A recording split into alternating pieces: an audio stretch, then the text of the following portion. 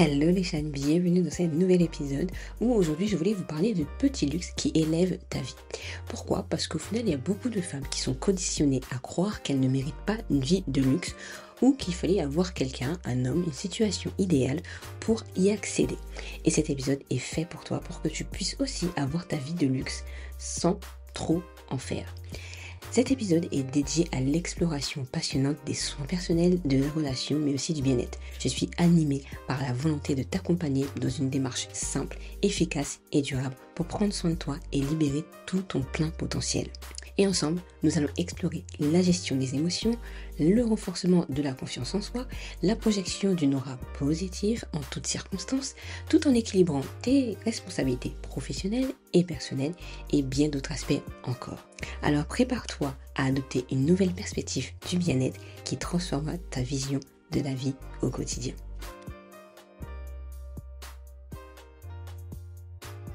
Hello les chanes, bienvenue dans cet épisode. Je suis trop contente de revenir avec cet épisode. Ça fait un petit moment que j'ai commencé à écrire et c'est vrai que j'avais pas encore les mots exacts pour pouvoir en parler. Et aujourd'hui, c'est vrai, comme je disais un petit peu en intro, c'est un peu dommage. Je trouve qu'il y a un petit peu un décalage qui fait que aujourd'hui, la vie de luxe, elle n'est pas accessible pour tout le monde. On a cette impression que cette vie de luxe, elle n'est pas accessible parce que pour avoir cette vie de luxe, bah, il faut de l'argent, il faut avoir un statut, il faut être quelqu'un en fait pour avoir ce statut. Et il y a certains qui ne peuvent pas avoir encore ce budget, qui sont peut-être dans une situation un peu délicate, qui fait que bah, aujourd'hui, ils se sentent un peu délaissés, solos, seuls, de ce monde où le luxe est quand même très très haut, peu importe là où tu es. Le truc qui pose problème avec le luxe, c'est que je remarque beaucoup de choses par rapport aux femmes, c'est qu'elles n'apprécient pas leur vie. Elles veulent toujours plus. Un compagnon qui ne fait pas ceci, donc c'est pas assez. Plus de maquillage, plus de beauté, euh, plus de choses en fait. Il n'y en a jamais assez. Donc en fait, ça fait que toujours il y a un manque. On arrive toujours à un manque. J'ai eu ça, je suis trop contente, j'ai eu cette chose, mais après, ben, il faut que je trouve quelque chose d'autre. Il faut que ce soit encore parfait, il faut que ce soit toujours plus haut en fait, sans se rendre compte qu'il y a déjà de belles choses qu'il y a autour de nous. Et c'est pour ça que cet épisode est là pour ça. Et aujourd'hui, on est tellement rempli d'informations que ça crée de la frustration. Sans te rendre compte, ça te crée de la frustration. Tu regardes juste sur les réseaux sociaux, par exemple TikTok, tu vas voir beaucoup de personnes qui ont tel et tel produit, il faut ce produit-là pour que ça soit trop bien, pour que tu sois quelqu'un. Il faut que ta chambre, ton appartement, ta salle de bain, il faut que ça soit parfaitement rangé, sinon bizarre, tu vois, t'es pas dans leur catégorie. Et ça crée vraiment de la frustration et ça te fait croire que les autres ont et toi tu n'as pas. Donc il y a toujours encore ce manque et cette peur de si tu n'as pas ça, tu vas pas pouvoir rentrer dans leur catégorie. Et ta vie en fait elle est toujours insatisfaite. Tu recherches toujours ce plus en fait qui fait que voilà. Mais plus tu vas acheter quelque chose, je sais pas si t'es déjà arrivé de ressentir ça, tu vas acheter ce truc, tu vas dire ouais c'est bon, je l'ai et tout, tu vas dire ouais t'as vu je l'ai acheté, je l'ai essayé et tout. Et après, un moment, tu vas déjà l'oublier. Rappelle-toi la dernière chose que tu as acheté et tu te rappelais même plus que tu l'avais acheté et c'est exactement ce que tu voulais depuis des années ou des mois, tu vois. Et c'est ça qui est dommage. Ça crée une pression. Vraiment, ça crée une pression de dire que waouh, euh, il faut que j'ai encore ça. Il me faut ceci. Parce que ça, c'est pas assez. Il faut que je. Voilà, c'est toujours il faut, tu vois, sans se dire mais autour de moi, j'ai déjà ci, j'ai déjà ça, etc. On va un peu appuyer sur ces points-là pour que tu puisses voir un peu les choses. Et c'est vrai qu'aujourd'hui, on associe beaucoup le luxe à des standards inaccessibles. Et si on redéfinit un peu le luxe, ça va devenir quelque chose de beaucoup plus intéressant. Alors pour moi, le luxe, en fait, c'est une expérience personnelle qui est alignée avec tes valeurs. Ça va te permettre de reprendre un peu le contrôle et de te sortir de cette comparaison. Elle a ça, j'ai besoin. Parce que si elle a ça, voilà, tu vois. Et le luxe, en fait, aujourd'hui, c'est pas de posséder quelque chose. C'est aussi d'avoir cette liberté, ce confort et cette paix intérieure. Et quand tu vas comprendre un petit peu tout ça, ça va te permet de mieux organiser ton quotidien, d'investir du temps et de l'énergie, ce qui a vraiment de la valeur pour toi.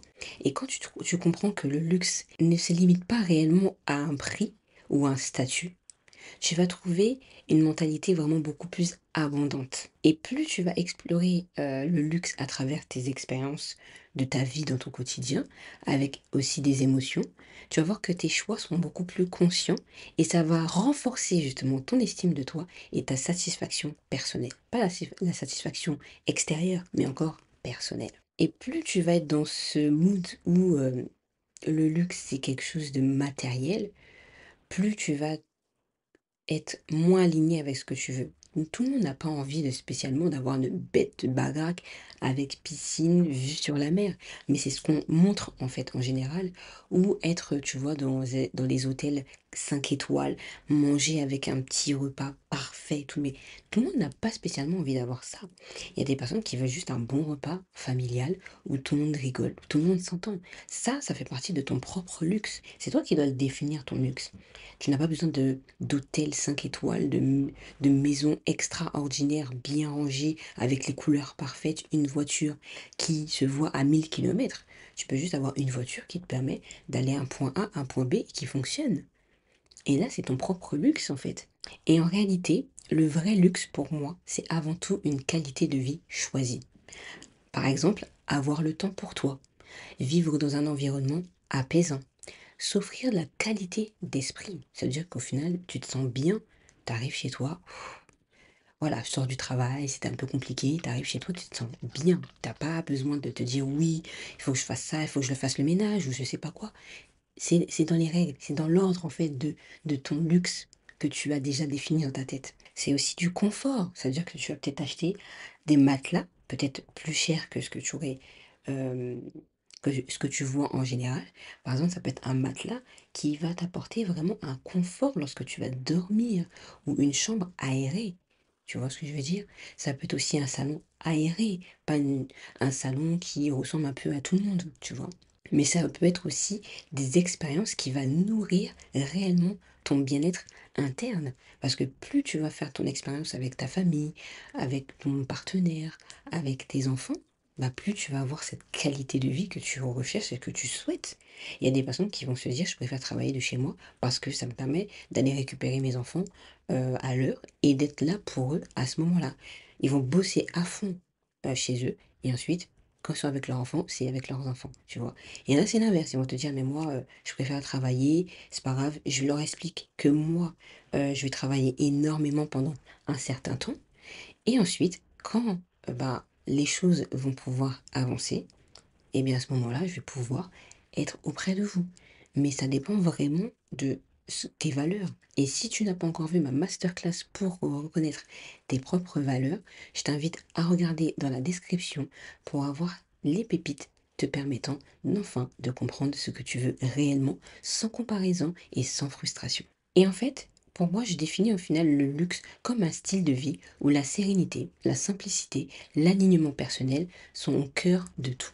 Alors, quelles sont les meilleures stratégies, les solutions que je pourrais t'apporter aujourd'hui pour que tu puisses définir ta vie de luxe? La première chose, prends la masterclass, elle est gratuite. Ça te permet déjà de définir tes valeurs, de dire, OK, moi mes valeurs c'est ça, je les fais pas bouger plus que ça, mais au moins je comprends un petit peu qu'est-ce qui me draine au quotidien.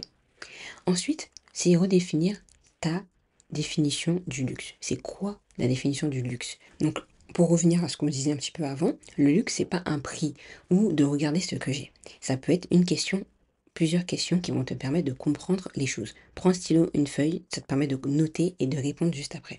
Est-ce que j'ai du temps libre, un espace de vie épuré, une routine de bien-être qui est adaptée à ce que je veux, une alimentation par exemple de qualité? À partir de là, déjà, c'est ton luxe. C'est-à-dire qu'aujourd'hui, si tu sais que tu mangeais ce genre de restaurant, et c'est vrai que ça fait des années que tu te dis non, mais ça bon, j'en ai marre et tout. Aujourd'hui, tu t'autorises à créer ta vie de luxe en te disant, ok, là, c'est bon, c'est terminé, et j'avance sur quelque chose de beaucoup plus luxueux pour moi. Ça peut être quoi? Faire un bon petit repas, ou ça peut être commander autre chose que ce que tu commandais avant. Ça ne t'interdit pas de commander des choses, mais au moins ça te permet de faire quelque chose qui va être aligné avec ton alimentation de qualité. Une routine bien-être, c'est quoi aussi pour toi?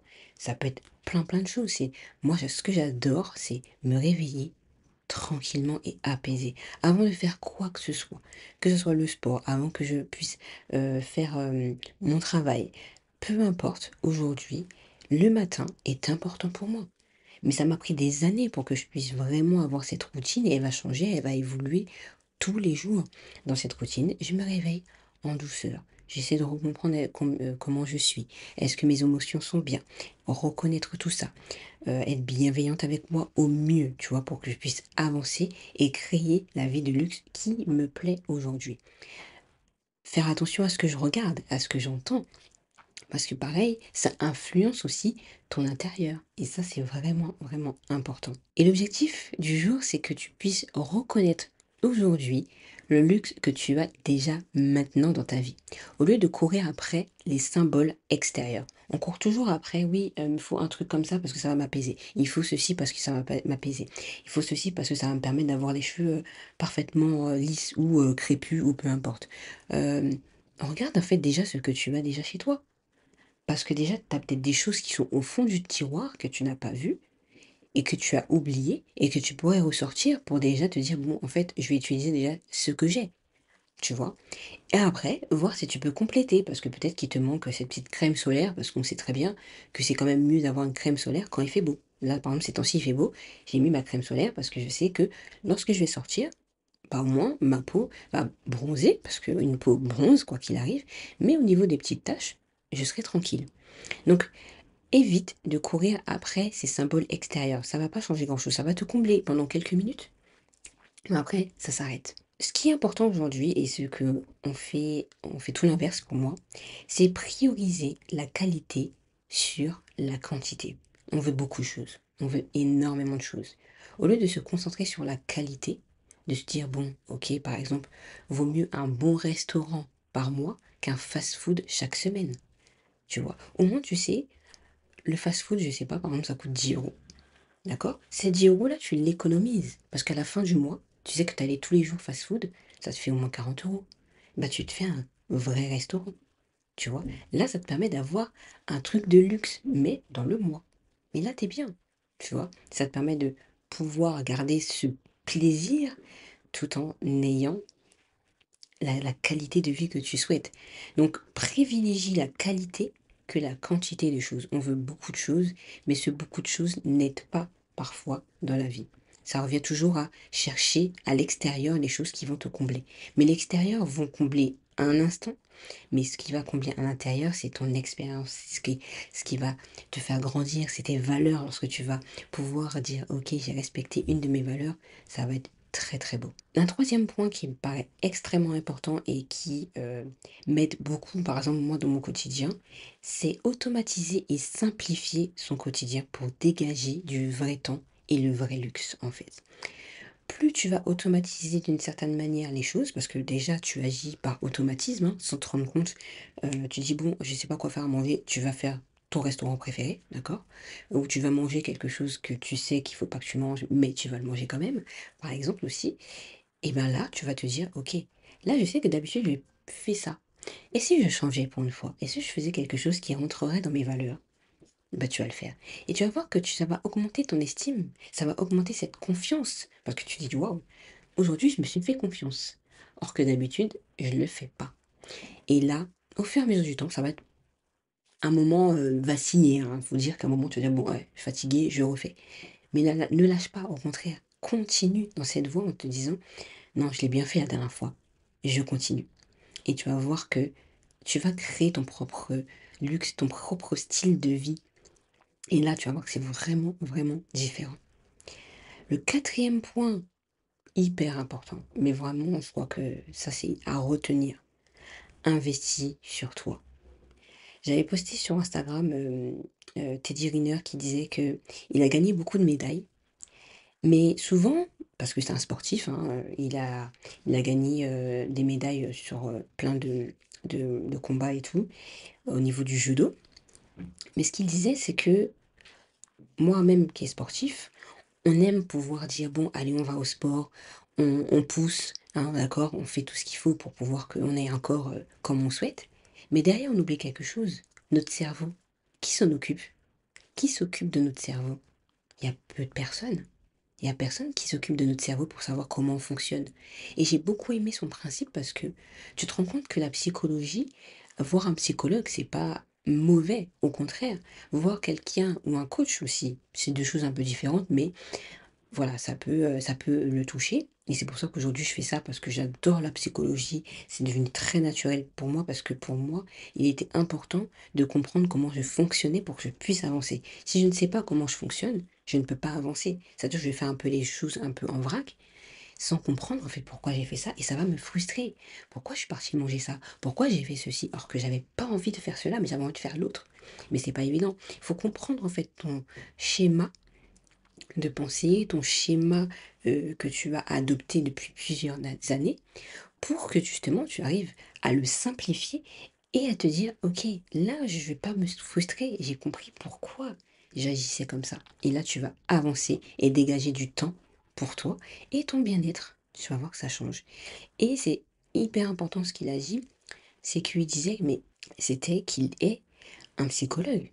Il a un psychologue qui l'aide à faire comprendre comment il fonctionnait à l'intérieur de son cerveau. C'est ce qui fait qu'aujourd'hui, bah, il a gagné beaucoup de médailles.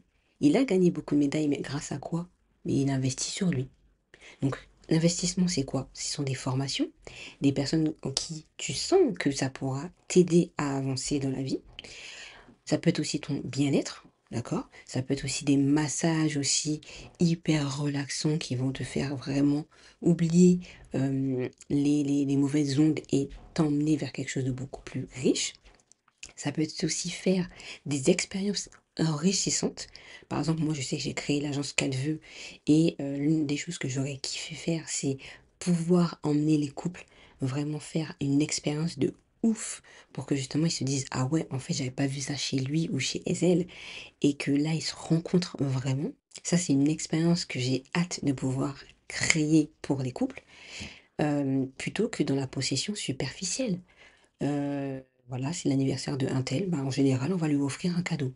On va lui offrir quelque chose. Or qu'il y a des expériences qu'on peut faire en tant que relation. Il y a des projets qui peuvent se faire aussi et qui peuvent être très beaux ou parfois déséquilibrés, mais ça va vous permettre d'avancer ensemble et de comprendre comment l'autre agit et comment l'autre veut agir en fait. Et d'avancer ensemble sur quelque chose qui va vous permettre de vous rencontrer, mais pas de vous diviser, en final de vous rencontrer. Et plus tu vas te rencontrer, plus tu vas comprendre un petit peu tes principes ou ce qui bloque, plus tu vas pouvoir aussi rentrer dans ta vie de luxe ou en respectant tes propres défauts et tes propres erreurs. Un autre point qui est intéressant, on parle beaucoup de plaisir. On dit oui, moi je me rappelle, j'étais partie dans un magasin et un monsieur qui me voyait, voilà, il me dit toujours bonjour et tout, super sympa. Et ce jour-là, il me dit oui, alors vous êtes venu pour vous faire plaisir? Et je l'entends tellement souvent, ce mot plaisir, on se fait plaisir, on a l'impression que se faire plaisir, c'est devenu une normalité, qu'il est obligé de se faire plaisir. Je trouve même que la définition n'est plus bonne comme avant. Et se faire plaisir, pourquoi? Parce que peut-être que tu n'as pas eu un truc que tu voulais vraiment de quelqu'un, de quelque chose, d'une expérience, et que tes émotions sont tellement fortes que tu ne sais pas le gérer.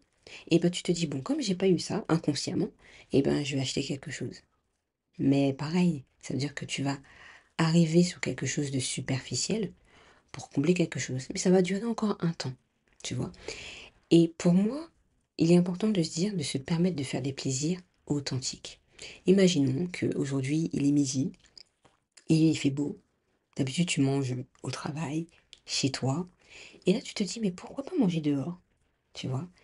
Et aller dans un parc, peut-être pas très loin de chez toi, pas loin du travail et tout, et te poser, soit avec tes collègues ou avec toi-même, pour avoir une nouvelle expérience en fait de vie sur un endroit magnifique ou moins. Mais ça vaut aussi un restaurant étoilé parce que tu es dans la nature et tu te poses avant de reprendre le travail. Ça te permet aussi de retrouver ton une nouvelle énergie que ce travail qui te prend beaucoup d'énergie, par exemple. Ça te permet de vraiment faire une pause avant de reprendre le travail. Tu verras, tu seras même beaucoup plus productif. Et le dernier point qui me semble aussi très important, c'est cultive une élégance et une posture qui te correspond.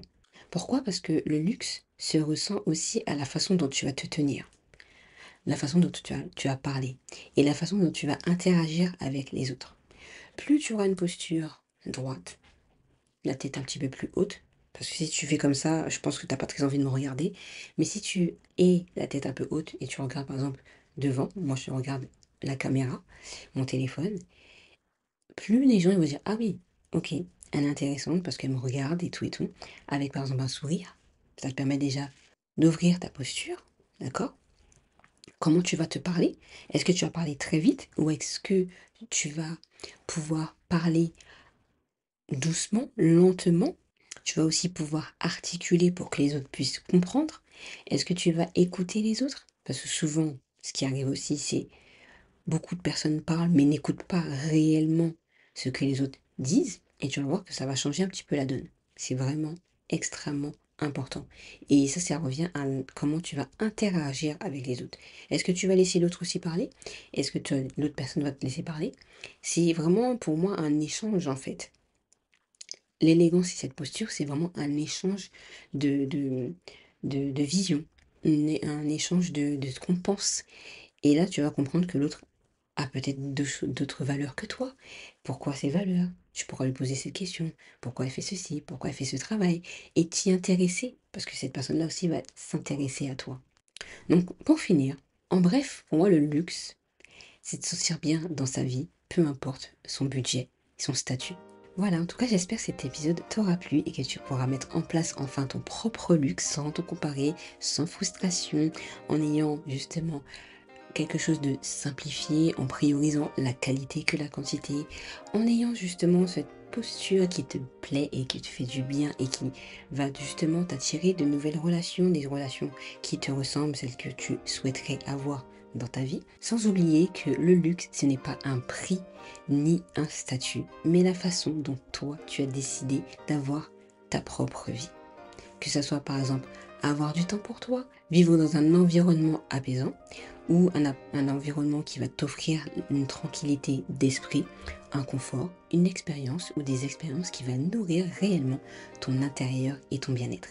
Donc voilà, j'espère que cet épisode t'aura plu. N'hésite pas à le partager à d'autres personnes que tu penses aussi qui aimeraient avoir son propre luxe chez elles. Like et commente aussi sur Spotify, Apple Podcast si tu veux aussi me donner ton avis sur qu'est-ce que tu vas mettre en place dès aujourd'hui. Je te fais de gros bisous et à très bientôt sur le podcast Les Essentiels des Chahel.